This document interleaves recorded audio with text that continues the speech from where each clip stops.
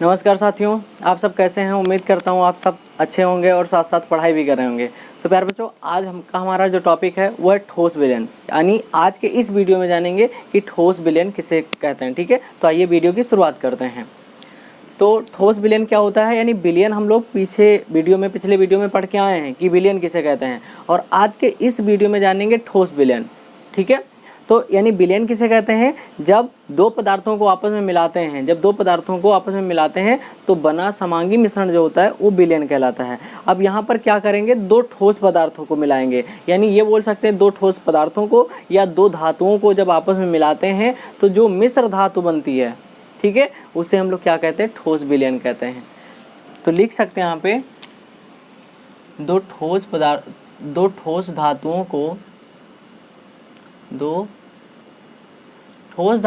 या धातुओं को भी लिख सकते हैं। ठीक है, दो धातुओं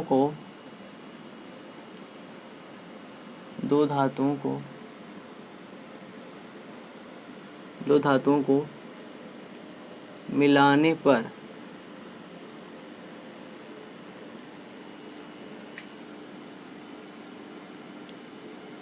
बना मिश्र धातु। ठीक है, यानी जब दो धातुओं को मिलाते हैं तो क्या बनता है, मिश्र धातु बनता है। क्या बनता है, मिश्र धातु बनता है। तो बना मिश्र धातु क्या कहलाता है, ठोस विलयन कहलाता है। ठोस विलयन कहलाता है। क्या कहलाता है, ठोस विलयन कहलाता है।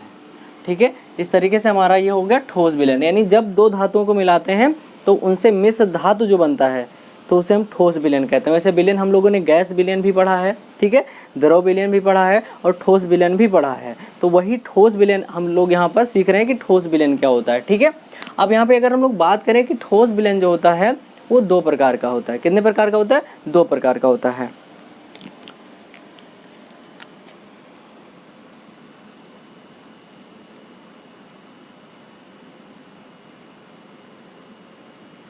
ठोस विलयन दो प्रकार का होता है। दो प्रकार का होता है। कौन कौन सा, एक तो होता है प्रतिस्थापी ठोस विलयन।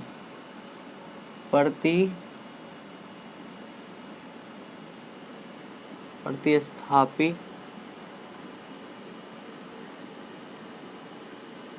ठोस विलयन। ठीक है, और दूसरा होता है अंतराकाशी ठोस विलयन। अंतराकाशी ठोस विलयन। ठीक है, अब पहले हम जानेंगे कि प्रतिस्थापी ठोस विलयन किसे कहते हैं। तो हेडिंग क्या डालेंगे, प्रतिस्थापी ठोस विलयन। प्रतिस्थापी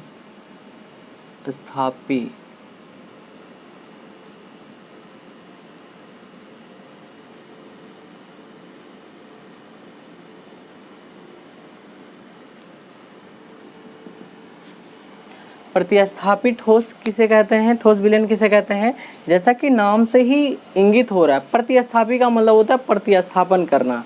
ठीक है, यानी जब कोई एक पदार्थ दूसरे पदार्थ के कण को या एक पदार्थ का कण दूसरे पदार्थ के कण को प्रतिस्थापित कर देता है तो ऐसे विलयन को कहा जाता है प्रतिस्थापी ठोस विलयन कहते हैं। जैसे एग्जाम्पल के रूप में यहाँ समझ सकते हैं, जैसे मान लीजिए यहाँ पर एक पदार्थ है, पदार्थ का क्रिस्टल जालक है यहाँ पे।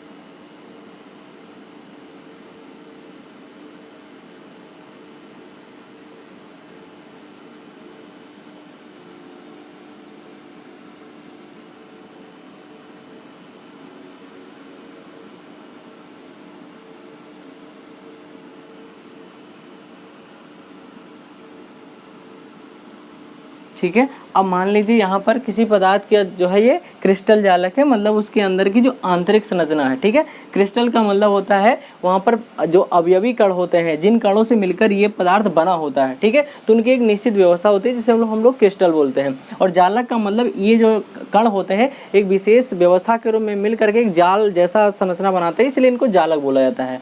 तो मान लीजिए यहाँ पर एक क्रिस्टल जालक है, कोई ठोस पदार्थ है और उसके अंदर जो अवयवी कण हैं, अगर उन अवयवी कणों में कुछ अवयवी कण को मतलब कोई दूसरा अवयवी कण बाहर निकाल देता है। मान लीजिए यहाँ पर कोई दूसरा जो है पदार्थ का कण है, यहाँ पे मान लीजिए यहाँ पे इस प्रकार से, इसको हम अलग पेन से बना देते हैं, ठीक है। मान लीजिए यहाँ पर एक दूसरे पदार्थ के कण हैं, ठीक है। अब यहाँ पर ये कण क्या करते हैं कि इस ठोस पदार्थ से इन कुछ कणों को प्रतिस्थापित कर देते हैं, निकाल देते हैं, ठीक है। तो हम यहाँ पर कुछ इस प्रकार से बना भी सकते हैं, ठीक है। मान लीजिए एक कण यहाँ पर आ गया किसी दूसरे पदार्थ का कण, ठीक है। और मान लीजिए एक कण यहाँ पर आ गया और एक कण यहाँ पे आ गया, ठीक है।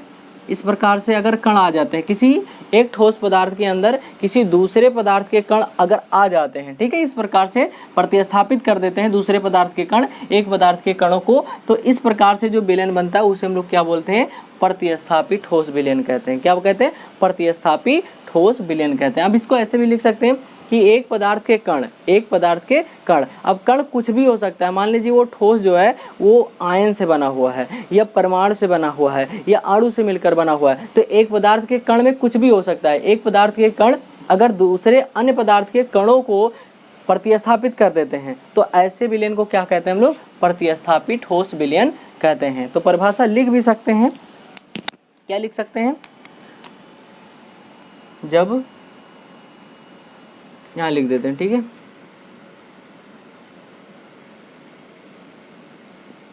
जब एक पदार्थ के कण, अब इस कण में कुछ भी हो सकता है, मान लीजिए अणु हो गया, ठीक है, अणु हो गया, परमाणु हो गया या आयन भी हो सकता है, ठीक है। आयन दूसरे पदार्थ के, ठीक है, दूसरे पदार्थ के क्रिस्टल जालक से, ऐसा लिख सकते हैं, क्रिस्टल जालक से, क्रिस्टल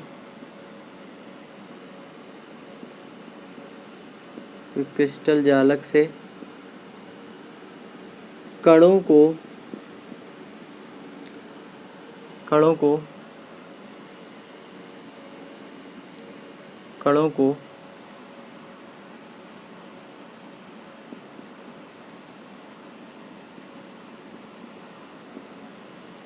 प्रतिस्थापित कर देते हैं,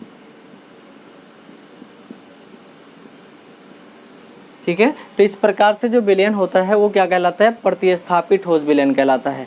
जब एक पदार्थ के कण दूसरे पदार्थ के क्रिस्टल जालक से कणों को प्रतिस्थापित कर देते हैं, यानी एक पदार्थ का ये क्रिस्टल जालक है और उसमें से बीच बीच में से कुछ कण निकल जाते हैं और दूसरे पदार्थ के अगर कण आ जाते हैं, तो इस प्रकार से जो हमारा विलयन बनता है वो कहलाता है प्रतिस्थापित ठोस विलयन। अगर हम इनके एग्जाम्पल लिखना चाहें तो एग्जाम्पल लिख सकते हैं, क्या लिख सकते हैं, एग्जाम्पल, ठीक है।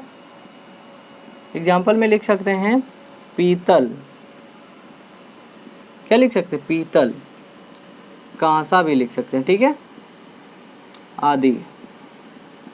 तो इस तरीके से यहाँ पर क्या होता है, प्रतिस्थापित ठोस विलयन हमारा बनता है। अब अगला आता है कौन सा विलयन, अंतराकाशी ठोस विलयन। दूसरा आता है अंतराकाशी।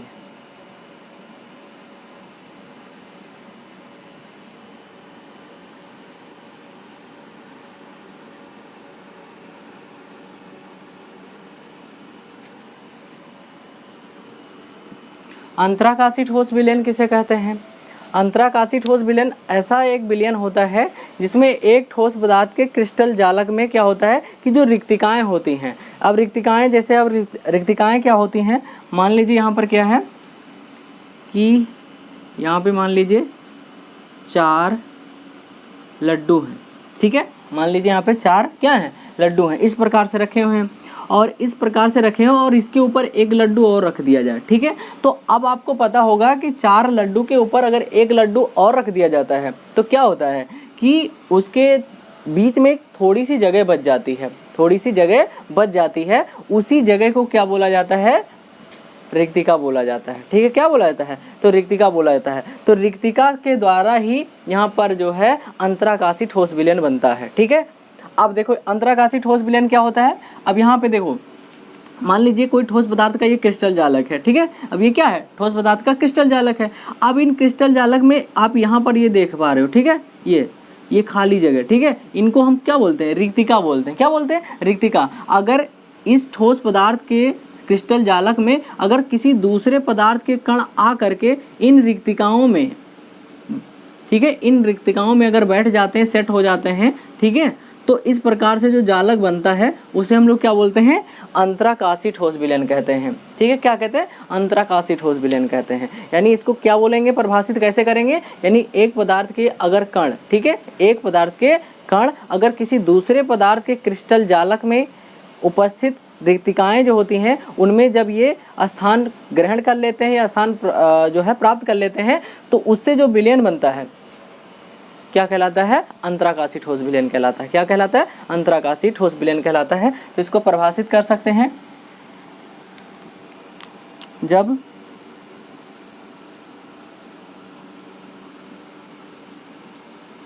एक पदार्थ के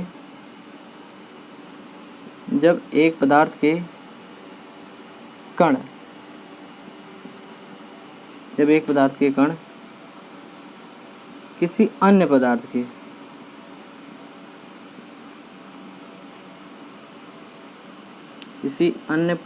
के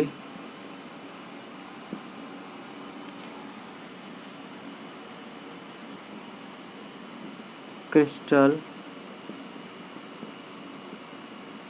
जालक में, क्रिस्टल जालक के रिक्तिकाओं में, ठीक है, क्रिस्टल जालक के रिक्तिकाओं में, ठीक है, रिक्तिकाओं में स्थान ग्रहण कर लेते हैं, ठीक है, स्थान ग्रहण कर लेते हैं। तो इस प्रकार से जो है बने विलयन क्या कहलाते हैं? अंतराकाशी ठोस विलयन कहलाते हैं, ठीक है। अब यहाँ पर अगर इनका एग्जाम्पल लिखें तो लिख सकते हैं, क्या लिख सकते हैं? इनका एग्जाम्पल लिख सकते हैं,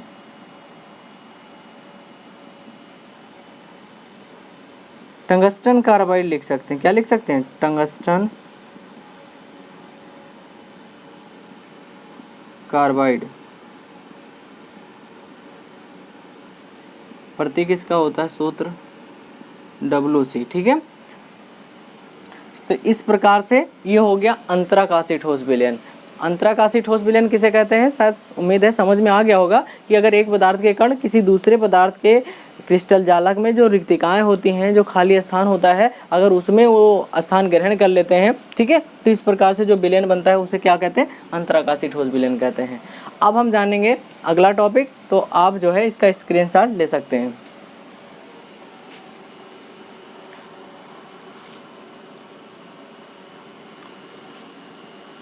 तो अब हम बढ़ते हैं अगले टॉपिक की ओर।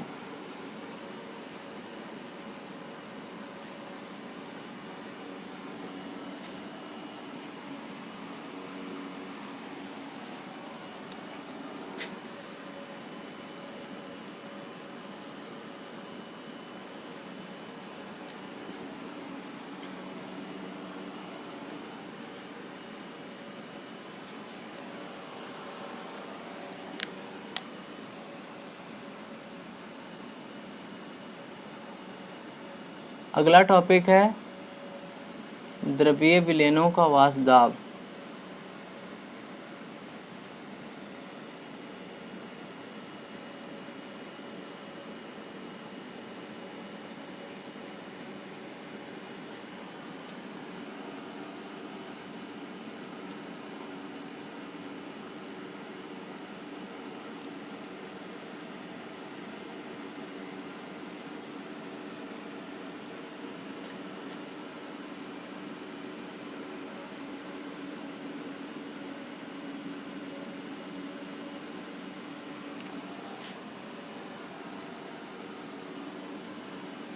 ठीक है, यानी द्रवीय विलयनों का वाष्प दाब किसे कहते हैं, ठीक है, या अंग्रेजी में बोल सकते हैं vapour pressure of liquid solution. तो इसको समझते हैं। मान लीजिए यहाँ पर क्या है, एक बर्तन है, ठीक है, मान लीजिए यहाँ पर क्या है, एक बर्तन है और इस बर्तन में एक दरो भरा हुआ है। क्या भरा हुआ है, दरो भरा हुआ है, और इस दरो का क्या है, इस दरो का ताप क्या होगा, निश्चित होगा, कुछ तो ताप होगा, इसका ताप क्या होगा, निश्चित होगा, ठीक है। अब अगर इस बर्तन के अंदर दरो है और इस दरो का ताप क्या है, निश्चित है, कुछ तो ताप होगा, ठीक है, और वो ताप क्या है, निश्चित है। अब इस निश्चित ताप पर क्या होगा कि दरो के कुछ अणु इस दरो की जो सतह है यहाँ से निकल करके कहाँ जाएंगे, बाहर जाएंगे, नहीं वायुमंडल में बोल सकते, वायुमंडल में जाएंगे, ठीक है, क्योंकि यहाँ पे जो है बर्तन क्या है, खुला है, और अगर बर्तन खुला होगा तो ये जो दरो के अणु हैं वो क्या होंगे, दरो की सतह से निकल करके वायुमंडल में चले जाएंगे। तो यानी यहाँ पर जो वाष्पन की क्रिया है, यहाँ पे क्या हो रहा है, वाष्पीकरण हो रहा है या वाष्पन हो रहा है। तो यहाँ पर अगर बात करें कि जो वाष्पन की क्रिया हो रही है, यानी वाष्प के जो अणु हैं वो बाहर जा रहे हैं, तो वाष्पन की क्रिया कब तक चलेगी, अनिश्चित समय तक चलेगी, क्योंकि यहाँ पर अनिश्चित समय का मतलब इसके अंदर जब तक दरों के अणु रहेंगे, यानी जब तक दरो रहेगा तब तक जो है ये वाष्पन की क्रिया चलती रहेगी, यानी अनिश्चित समय तक हम बोल सकते हैं, ठीक है। और मान लीजिए यहाँ पर एक हमारे पास दूसरा बर्तन है, एक दूसरा बर्तन, ठीक है,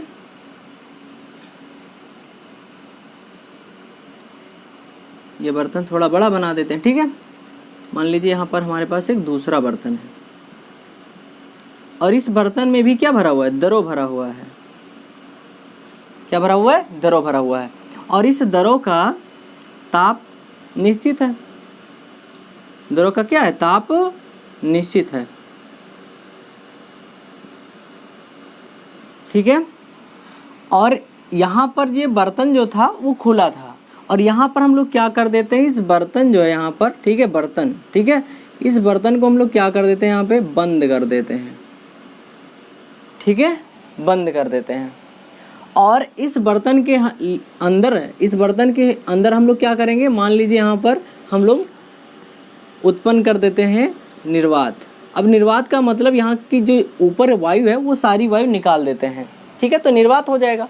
अब होगा ये, क्या होगा कि यहाँ पर फिर से वही प्रोसेस होगा जो यहाँ पर हो रहा था, वही प्रोसेस यहाँ पर भी होगा। क्या होगा कि जो दरों के अणु हैं, दरों के अणु यानी इस जो दरो भरा हुआ है, इस दरों के जो अणु हैं वो दरों की सतह को छोड़ करके कहाँ जाएंगे, ऊपर जाएंगे। क्या जाएंगे, ऊपर की ओर जाएंगे, जाएंगे कि नहीं जाएंगे, क्योंकि यहाँ पर तो कुछ है नहीं, और है नहीं तो इसलिए दरों के अणु क्या हो रहे हैं, ऊपर की ओर जा रहे हैं, यानी बर्तन में जो ऊपर खाली जगह है वहाँ पर जा रहे हैं, ठीक है। अब क्या होगा कि वाष्पन धीरे धीरे होता रहेगा, और एक समय ऐसा आएगा कि इस बर्तन के अंदर कोई भी स्थान नहीं बचेगा जहाँ पर इस वाष्प के जो अणु हैं वो स्थित न हो, ठीक है। तो क्या होगा कि जब इस ऊपर के खाली स्थान में दरों के अणु बहुत ज़्यादा हो जाएंगे, तो ऐसी स्थिति में होगा ये कि दरों के कुछ अणु जो हैं वो वाष्प अवस्था से सीधे किस में मिलने लगेंगे, दरों में फिर से बदलने लगेंगे, ठीक है। वाष्प के जो अणु हैं वो फिर से किस में, यानी दरों के अंदर आने लगेंगे। तो यानी इधर से वाष्पन होता रहेगा और उधर से जो है क्या होता रहेगा, मतलब बोल सकते हैं कि संघनन होता रहेगा, यानी दरों के जब अणु जो है, वाष्प के अणु फिर से दरों में मिलने लगेंगे, घुलने लगेंगे, तो ये क्रिया क्या कहलाती है, संघनन कहलाती है। वास्तव में संघनन का मतलब ये होता है कि जब वाष्प के अणु आपस में मिलकर दरों का निर्माण करते हैं तो इसे हम लोग संघनन कहते हैं। तो यहाँ पर वही चीज़ होंगी कि वाष्प के कुछ अणु किसके अंदर, यानी दरों के अंदर आने लगेंगे, यानी दरों के अंदर घुलने लगेंगे। तो यहाँ पर इस तरीके से संघनन और वाष्पन की क्रिया दोनों लगातार चलती रहती है। तो यहाँ पर हम लोग बोल सकते हैं कि एक समय आएगा, मान लीजिए क्या हो रहा है यहाँ पे, पहले क्या हुआ था, पहले हो रहा था वाष्पन, और वाष्पन जब हो रहा था तो वाष्पन की दर ज़्यादा थी, यानी बहुत तेज़ी से वाष्पन हो रहा था। लेकिन वहीं पर अगर हम लोग संघनन की बात करें, संघनन, तो संघनन हो रहा था उस समय 0, बात समझ में? यानी शुरुआत में संघनन नहीं हुआ था, पहले वाष्पन तो उसी समय से हो रहा था, लेकिन संघनन कुछ भी नहीं हो रहा था। लेकिन जैसे जैसे इस बर्तन के अंदर, खाली पात्र के अंदर जो है वाष्प के अणुओं की सांद्रता बढ़ती गई, वैसे क्या होगा, धीरे धीरे जो है वाष्प के अणु द्रव में मिलने लगेंगे। ठीक है, तो पहले वाष्पन बहुत ज़्यादा था लेकिन संघनन 0 था, लेकिन एक समय ऐसा हो गया कि वाष्पन, ठीक है, वाष्पन और संघनन, ठीक है, ये दोनों की जो दर है वो बराबर हो जाती है। ये दोनों की दर क्या हो जाती है, बराबर हो जाती है। ठीक है, कि जितनी स्पीड से, जितनी दर से जो है संघनन हो रहा होता है, उतनी ही दर से क्या होता है, वाष्पन हो रहा होता है। या ऐसे बोल सकते हैं कि जितनी दर से वाष्पन हो रहा होता है उतनी ही दर से जो है संघनन होता रहता है। यानी वाष्पन की दर और संघनन की दर दोनों क्या हो जाती है, समान हो जाती है। एक ऐसी स्थिति आती है जब वाष्पन की दर और संघनन की दर क्या हो जाती है, समान हो जाती है। तो ऐसी स्थिति को बोलते हैं साम्यावस्था। क्या बोलते हैं, साम्यावस्था। साम्यावस्था एक ऐसी अवस्था होती है जिस पर संघनन की दर और वाष्पन की दर क्या होती है, समान होती है। जितनी मात्रा में दरों से जो है अणु, यानी वाष्प के अणु ऊपर जाएंगे, उतनी ही मात्रा में वाष्प के अणु जो है दरों के अंदर आएंगे। तो कुछ बात समझ में आई? तो ऐसी स्थिति को क्या बोलते हैं, साम्यावस्था कहते हैं। बात समझ में आई, आ गई ना? तो इस तरीके से यहाँ पर द्रवीय विलयनों का वाष्प दाब क्या होता है, यानी एक निश्चित ताप पर वाष्प के अणुओं, साम्यावस्था पर, ठीक है, एक निश्चित ताप पर साम्यावस्था में द्रव के वाष्प के अणुओं द्वारा, ठीक है, या वाष्प के अणुओं द्वारा, ठीक है, वाष्प के अणुओं द्वारा द्रव की सतह पर लगने वाला दाब क्या कहलाता है, वाष्प दाब कहलाता है, या द्रवीय विलयनों का वाष्प दाब कहलाता है। तो ऐसा हम लोग लिख भी सकते हैं। क्या लिख सकते हैं, हम लोग लिख सकते हैं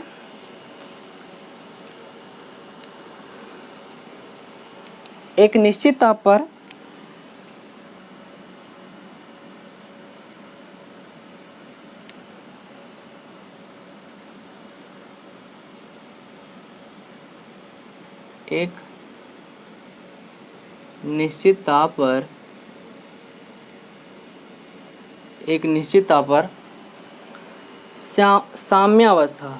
साम्यावस्था में, ठीक है, साम्यावस्था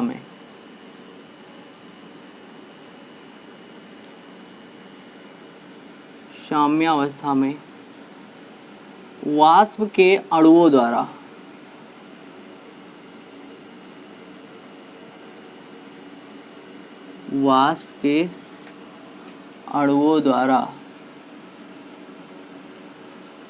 द्रव की सतह पर, यानी यहाँ पे जो वाष्प के अणु हैं, जब वो उनका संघनन होगा तो क्या होगा, उससे पहले वो वाष्प के जो अणु हैं वो द्रव की सतह के ऊपर एक दाब आरोपित करेंगे, और जो दाब लगेगा वाष्प के अणुओं द्वारा, उसी दाब को कहते हैं क्या, वाष्प दाब कहते हैं। तो वाष्प के अणुओं द्वारा द्रव की सतह पर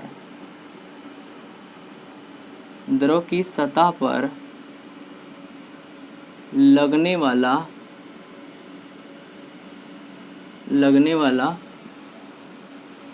दाब क्या कहलाता है, वाष्प दाब कहलाता है, या इसको हम संतृप्त वाष्प दाब भी कहते हैं, वाष्प दाब कहलाता है।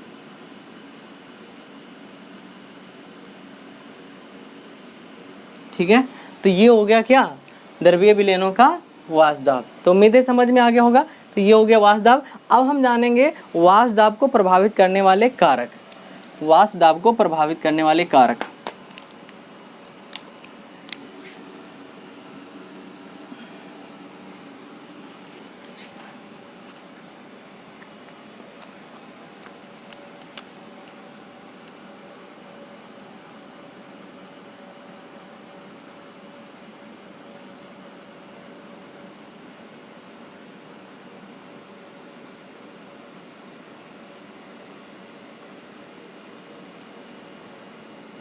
प्रभावित करने वाले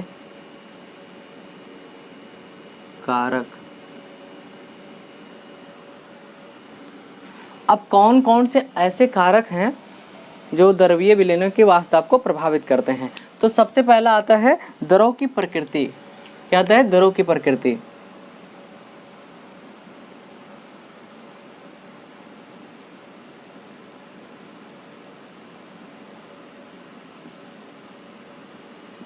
दरों की प्रकृति, नेचर ऑफ लिक्विड।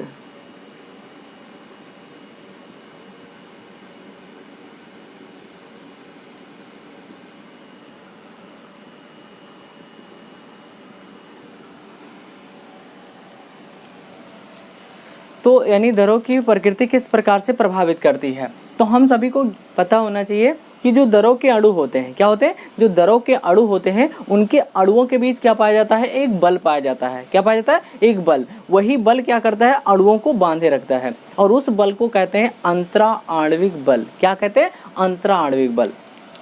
तो यहाँ पर इस प्रकार से समझ सकते हैं कि दरों के अणुओं के बीच क्या पाया जाता है? अंतरा आणविक बल। अंतरा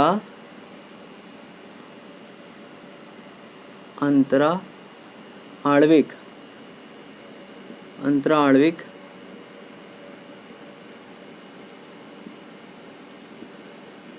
बल। ठीक है। अब जिन दरों के अणुओं के बीच अंतराणविक दुर्बल होगा, अंतराणविक बल जो है वो दुर्बल होगा, तो उन विलयनों का जो वाष्प दाब होगा वो अधिक होगा। अब पूछोगे ऐसा क्यों? तो क्या होता है कि जो दुर्बल अंतराणविक बल होता है वो बहुत जल्दी टूट जाता है, जिससे उस दरों के अणु बहुत जल्दी जो है बहुत ज़्यादा वाष्प बना लेते हैं। ठीक है, जिससे उनका वाष्प दाब बहुत ज़्यादा होता है। तो यानी यहाँ पर लिख सकते हैं, क्या लिख सकते हैं कि दुर्बल अंतराणविक, ठीक है, दुर्बल अंतराणविक बलों वाले जो द्रव होते हैं उनका वाष्प दाब क्या होता है? ज़्यादा होता है। यानी जिन दरों के अणुओं के बीच दुर्बल अंतराणविक बल पाया जाता है उनका वाष्प दाब क्या होता है? उनका वाष्प दाब, ठीक है, उनका वाष्प दाब क्या होता है? अधिक होता है।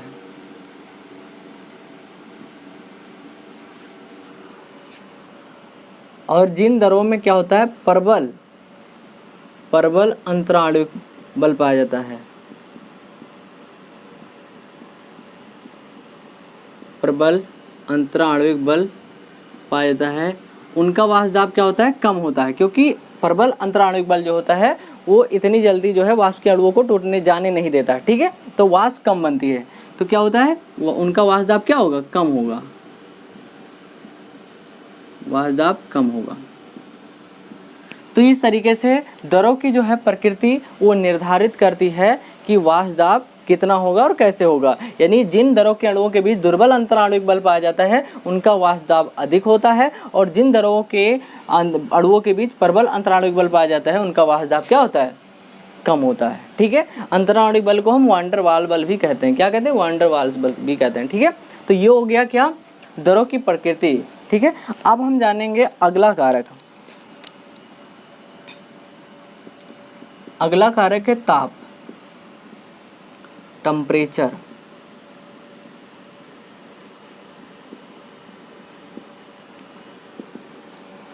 टेम्परेचर किस प्रकार से प्रभावित करता है वाष्प दाब को?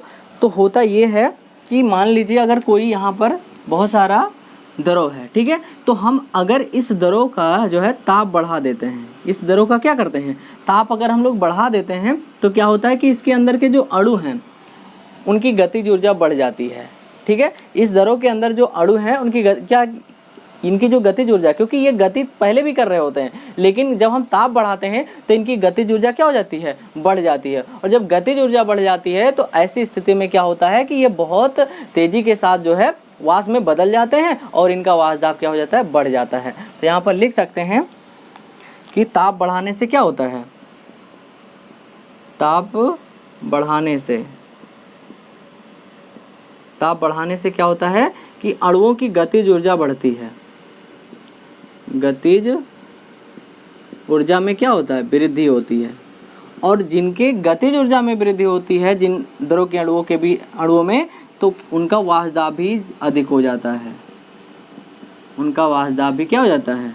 बढ़ जाता है या अधिक हो जाता है, हम लोग लिख सकते हैं। ठीक है, तो याद रखिए कि अगर हम लोग किसी भी दरों का ताप बढ़ाते हैं तो उस दरों के अणुओं की गतिज ऊर्जा बढ़ जाती है और गतिज ऊर्जा बढ़ जाने के कारण उसके वाष्प दाब में भी वृद्धि हो जाती है।